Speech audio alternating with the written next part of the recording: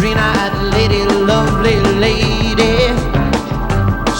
The dawn of 1970 arrived not with a triumph, but with a collective sigh of exhaustion. I don't care how much Afghanistan. The heavy euphoria of the 60s had splintered, leaving behind a fractured generation wandering through the static of an uncertain new decade. The utopian dreams of peace were curdling into political decay, and the youth found themselves stranded between the lingering shadows of the past In trouble, and the cold reality of tomorrow. In this landscape of quiet tragedy, people weren't just listening to the radio. when the weather is high, you can stretch right up. They were searching for a lifeline. For a fleeting moment, a few forgotten voices caught lightning in a bottle, carving temporary sanctuaries into the airwaves before vanishing into the fog of time forever. Number 10, Spirit in the Sky by Norman Greenbaum. As the freezing winds of February 1970 began to thaw, an eccentric, fuzzed-out hymn began to dominate the FM dials.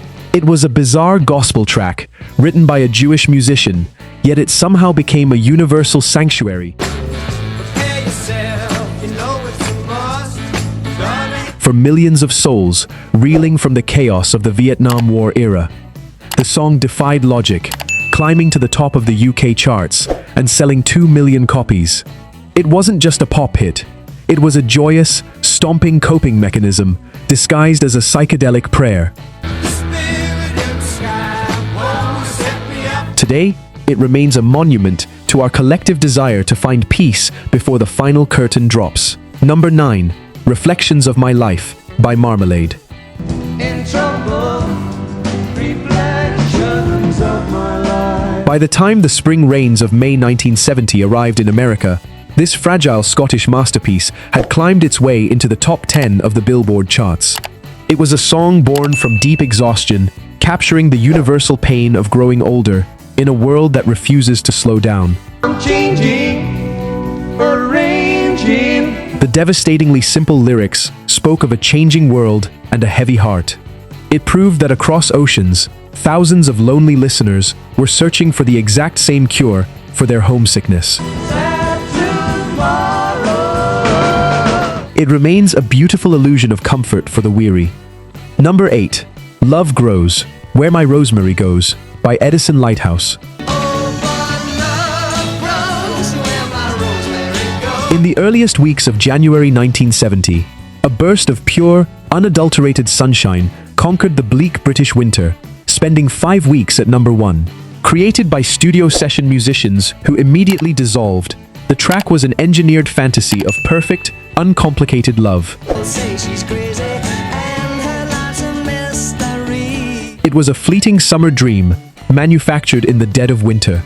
Amid the socio-economic gloom of the UK at the time, this song served as a vibrant escape hatch.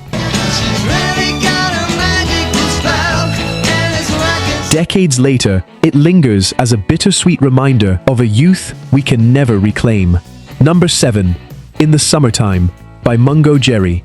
In the summertime, when the weather is high, you can stretch right up and When the heavy warmth of June 1970 settled over the global landscape, a carefree, foot-stomping anthem materialized out of nowhere.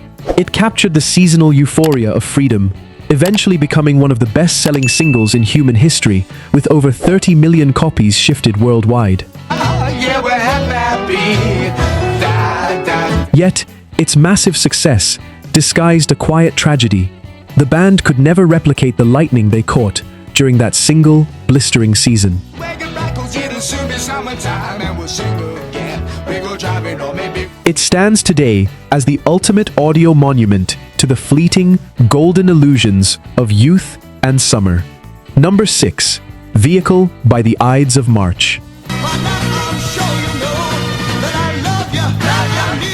As April 1970 bled into May, car radios across America shook to the frantic, brass-heavy rhythm of a song born from teenage heartbreak.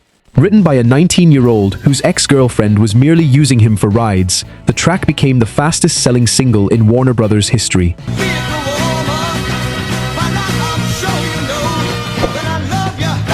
It translated personal romantic exploitation into a driving, high-energy masterpiece of resentment. The band faded into the background of music history shortly after, leaving behind a permanent monument to the wild, reckless fires of young infatuation. Number 5. Venus by The Shocking Blue. She's got it.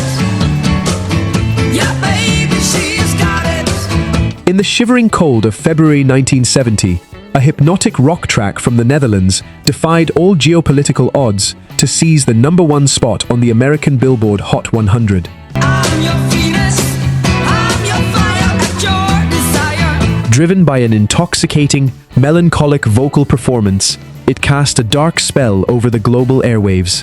It was a flawless piece of psych-pop perfection that brought Dutch rock to the world stage, only for the band to succumb to slow-motion decay shortly after. It remains an enchanting ghost in the machine of our pop culture memory. Number 4. Ride. Captain Ride by Blues Image.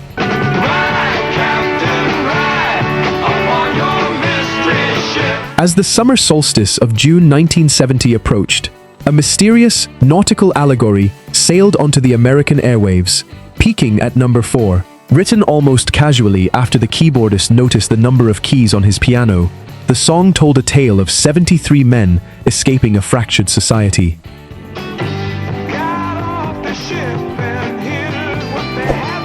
It resonated deeply with a generation looking to drop out and escape the harsh socio-political reality of their times.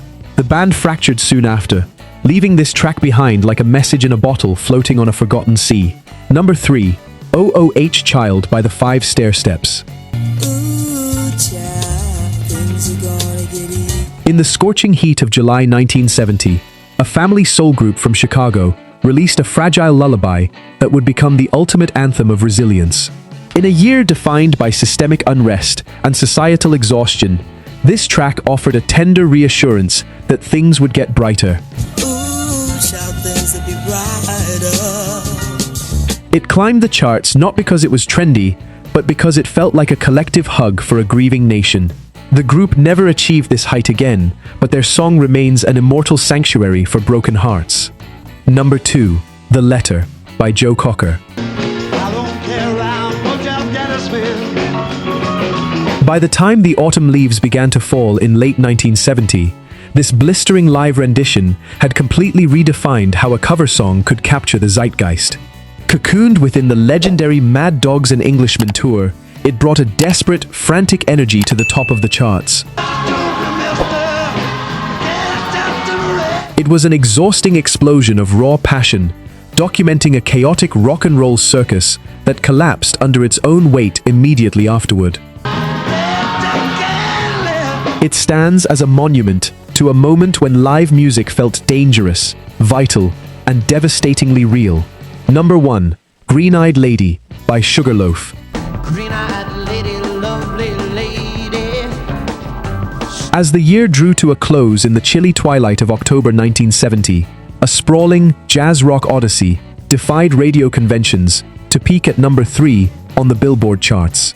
Stretching over 6 minutes in its original form, the song was a hypnotic character study wrapped in a beautiful illusion.